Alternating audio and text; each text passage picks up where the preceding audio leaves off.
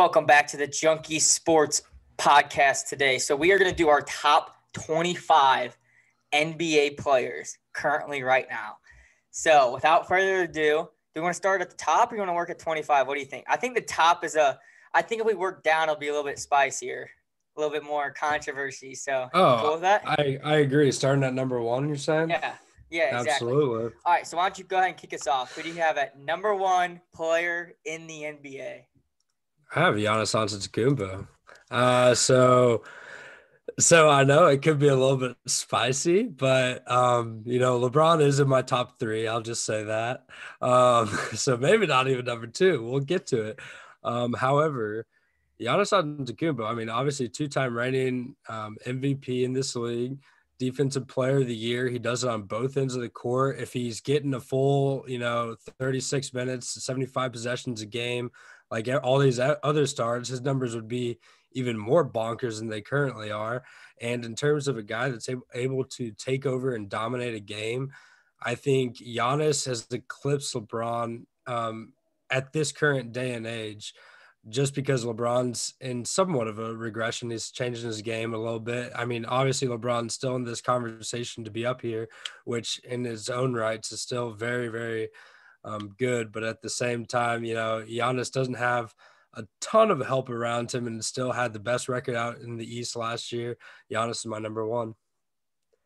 Yeah, so I have to have LeBron at one. I mean, coming off not only an NBA championship and Finals MVP in his 17th year, but I just think what LeBron does, he involves so many people on the court and he just elevates his team so well. And like, I have Giannis at two, just to like throw it out there. Like I have him at two.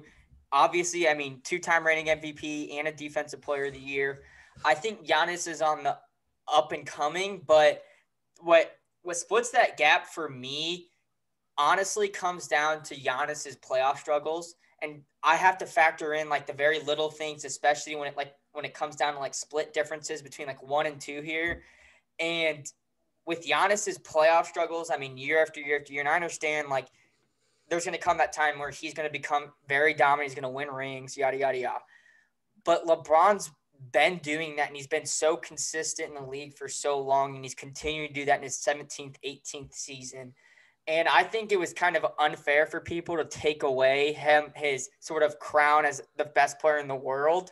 The 1 year he gets injured for a little bit on a crappy team where they were like fourth in the West on one of them. Like that roster was god awful. It was a crappy Brandon Ingram, Lonzo Ball, who couldn't shoot to Josh save his Hart, life. Josh Hart. Like that team was horrific. Xavier Henry. I think they had Timothy Mozgov still on that team on the worst contract ever.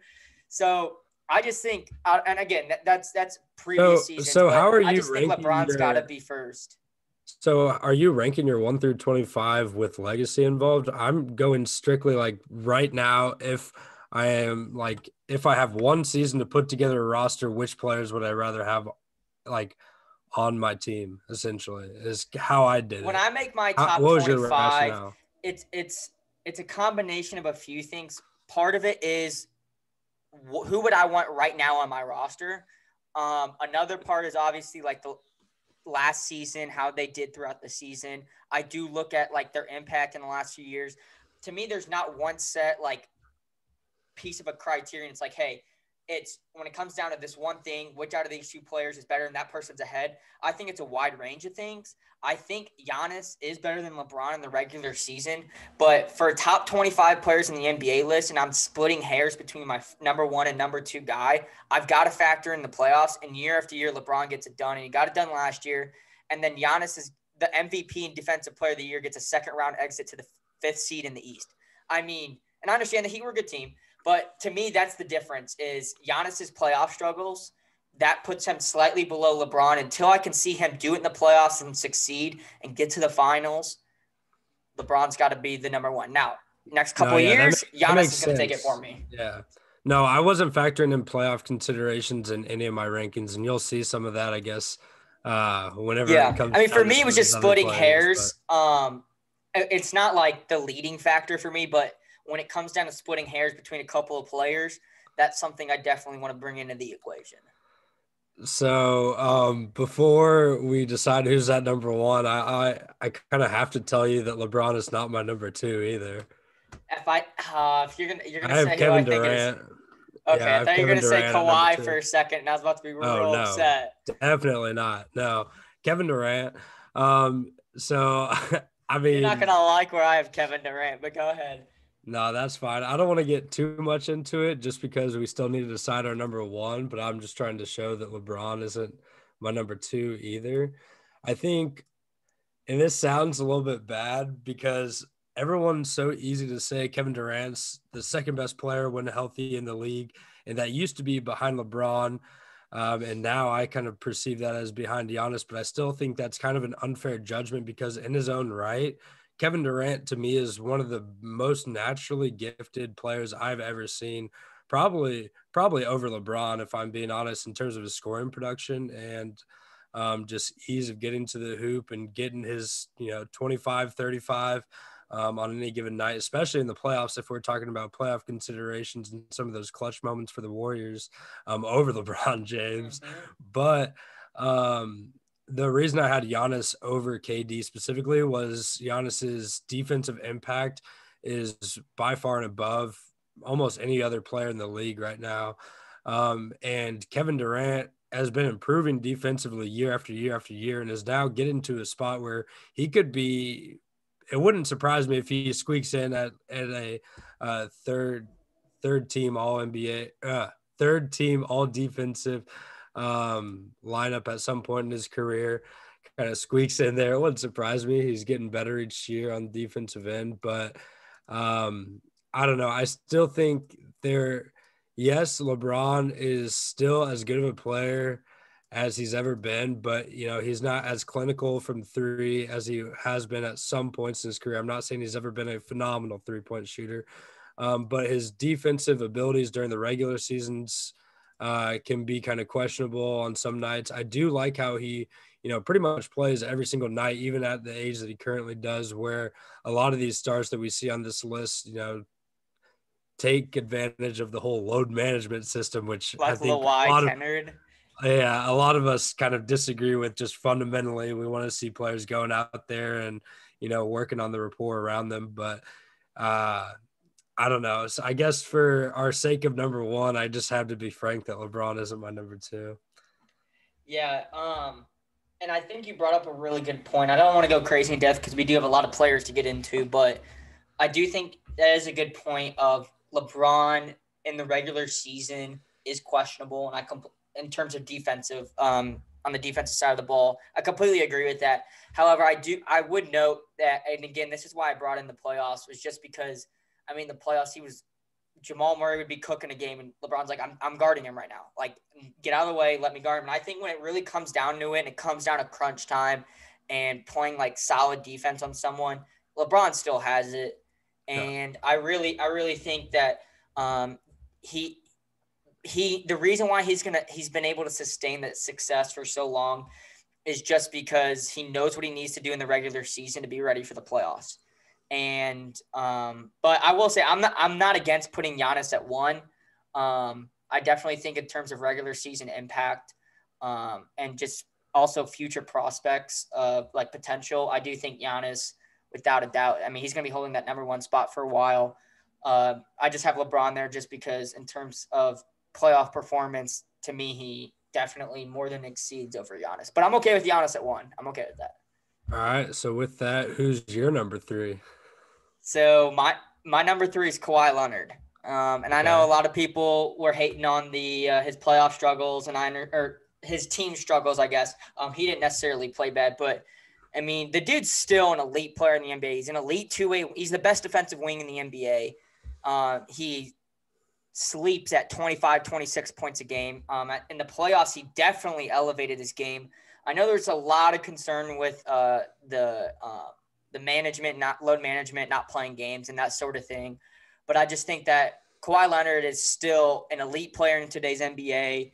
I think it was extremely premature before this past season when people were saying Kawhi Leonard was the best player in the world. He just came off Finals Yeah. MVP. Extremely premature, way too early. But to me, he's a top three player in the NBA. He gets it done on both sides of the ball. Okay, Who's your so three? Who's your three? LeBron? well, my three was LeBron. Yeah, Okay. um, I have Kawhi at 6, but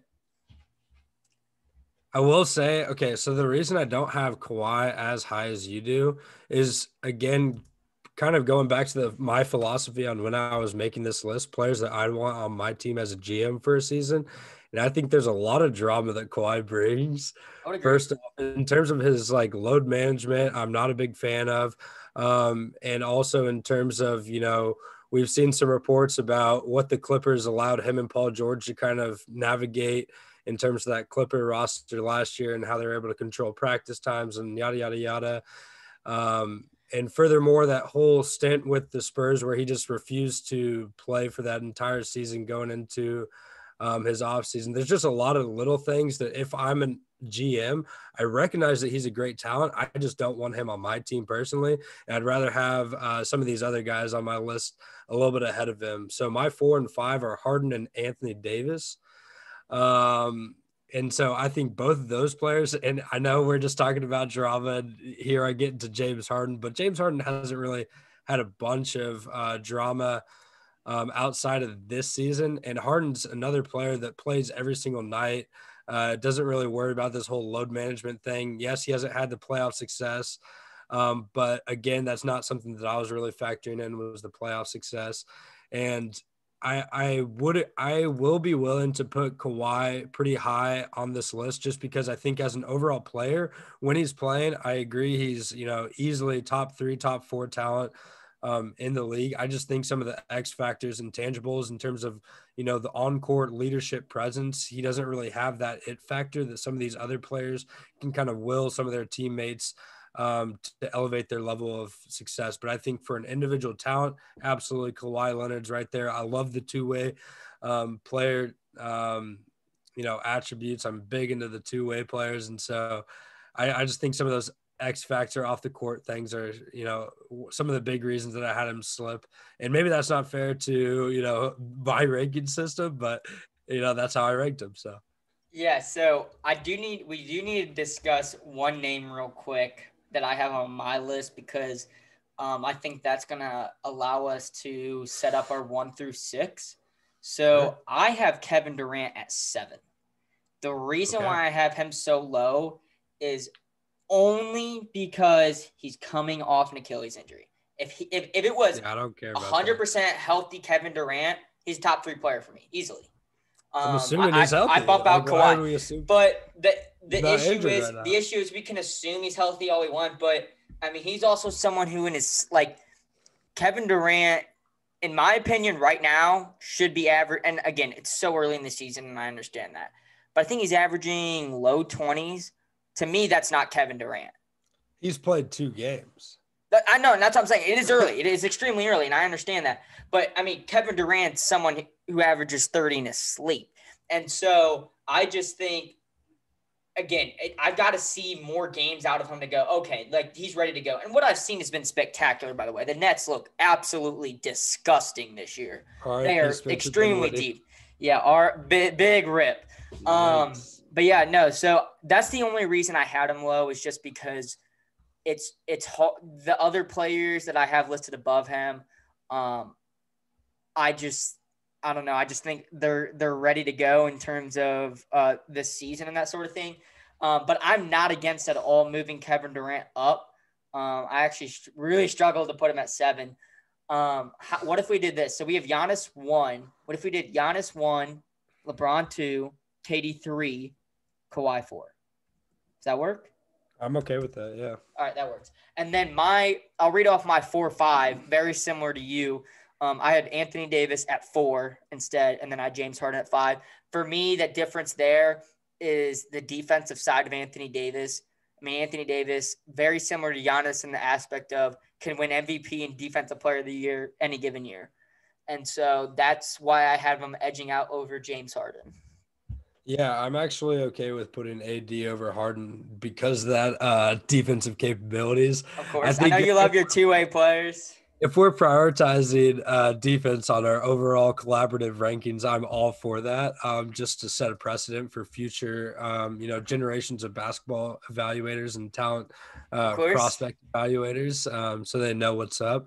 The only reason I personally had James Harden over Anthony Davis is because James Harden, in terms of there's not many players in the league that any given night you wouldn't be surprised if they drop 45, 50 points. And James Harden is one of those players that's so gifted offensively. Unfortunately, I don't think it bodes very well for his legacy that, his game isn't very sexy. People don't like the drawing fouls and some of his like antics to try to, get those fouls, whether it's the leg kicks and those different type of situations. However, that's still part of the game. If you're able to get to the line, that's something that Trae Young has been able to, get better at, and is why he's becoming a better and better player each season. He's figuring out how to draw fouls. Jimmy Butler does the same thing. He's very good at, drawing fouls, getting free throws whenever he needs it, and getting those free points. And so, whether you love it or hate it, I still think Harden's one of those players that can pop off and like carry his team to a victory every single night, if he has it. But he doesn't bring that same level of energy every single night that Russell Westbrook does. And Anthony Davis is also a little bit suspect where, there'll be some nights where he'll just be kind of quiet, drop, 11, 15 points, and, it's nothing. No one really talks about it a whole lot, but because he brings a lot on the defensive end as well. But it's kind of, we don't see James Harden disappear offensively as often as we do Anthony Davis. And that's kind of why I had James Harden edging him out. But just from principle alone, I'm fully comfortable putting Anthony Davis at our 5 and James Harden at our 6. So who do you have after that top 6? I think that's a good 6. Yeah, my next one would then be Steph Curry. That is also my 7. Perfect. Perfect. I had Steph above KD just because of the injury, but I'm perfectly okay dropping Steph down to 7. That'll work for me. Yeah, And there's not much to absolutely. say there. I mean, the one thing I do want to note about Steph is I need to see something from him this season. I really do, because Steph Curry right now, and I would say it's pretty safe to say at minimum he's a top 25 player of all time. I think that's safe to say. I think it would hurt his legacy if the Warriors don't make the playoffs this year. Oh, I I think agree.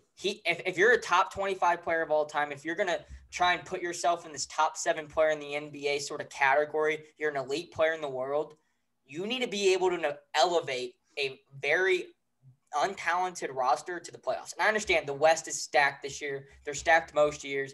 He's out. They don't have Draymond Green right now. Clay's injured. I understand all that. But if he can't elevate his play and elevate his teammates to a playoff berth, I think that's going to affect his standing and ranking and the all-time list. I really do, because I think when you look at his legacy, when does he win without help? And I think that's a serious issue if you're going to claim as one of the best players of all time. I really do. So he needs to make – he doesn't have to do anything crazy in the playoffs. They could be the ace seed for all I care, but he needs to make the playoffs this year. Otherwise, it's going to be a stain on his legacy. No, I agree. So with that, we have our top 7 right now as Giannis number 1, LeBron, KD, Kawhi, Anthony Davis, James Harden, and Steph Curry is our top 7. So with that, we're gonna hop into our first break.